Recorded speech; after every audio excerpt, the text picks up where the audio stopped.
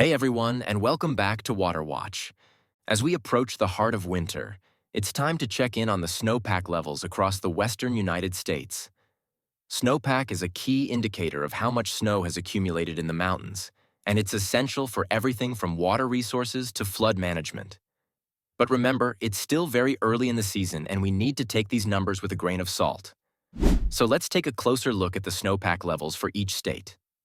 So let's start by breaking down the snowpack levels across some of the major western states.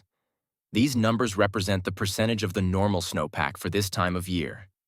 Starting with California, the snowpack is looking impressive up north, with the state as a whole reporting 279% of the normal snowpack. That's fantastic news for the state, which typically relies heavily on snowmelt for its water supply. However, if we look farther south in the Sierra, the snowpack is much lower, with some regions reporting just 0 to 11% of normal. So, while the north is doing well, the south has some catching up to do as we move further into winter. Next up, Oregon. This state is seeing a 426% snowpack, which is way above normal for this time of year. The Cascades are really benefiting from some early season storms, and this is looking like a promising start to the winter. Moving to Washington, snowpack levels are also above average, currently sitting at 230% of normal. The Olympic Mountains and the Cascades are doing well, and this should help provide a good water supply for the state as we move into the spring months. Let's now head to the Rocky Mountains.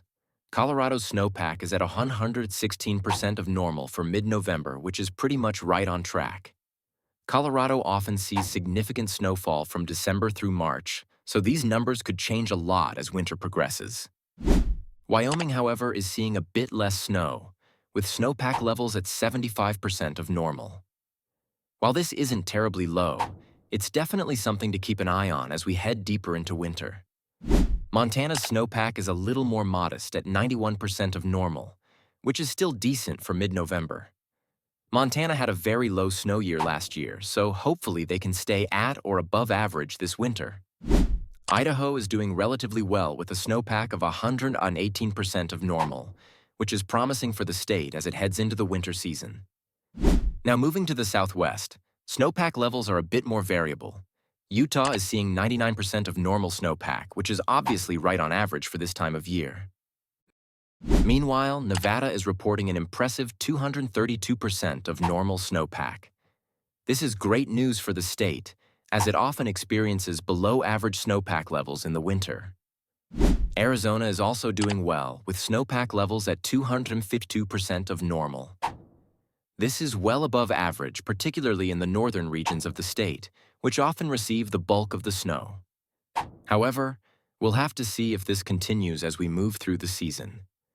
Finally, New Mexico is reporting 187% of normal snowpack, which is strong for mid-November. This could bode well for the state's water supply as we move into the snowmelt season.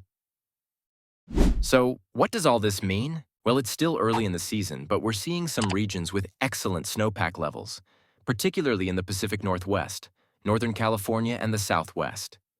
In contrast, other regions like Utah, Wyoming, and Montana are starting with more average snow levels.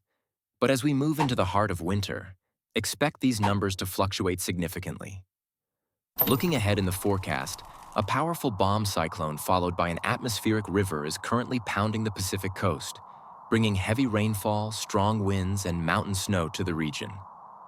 The storm is expected to cause significant flooding, with coastal areas experiencing winds up to 80 mph and blizzard conditions in higher elevations. This will undoubtedly provide a further boost to the western states' snowpack. Thanks for tuning in. Be sure to like and subscribe for more updates throughout the winter. Let me know in the comments how the winter is shaping up where you live and what you're hoping for in terms of snow. See you next time.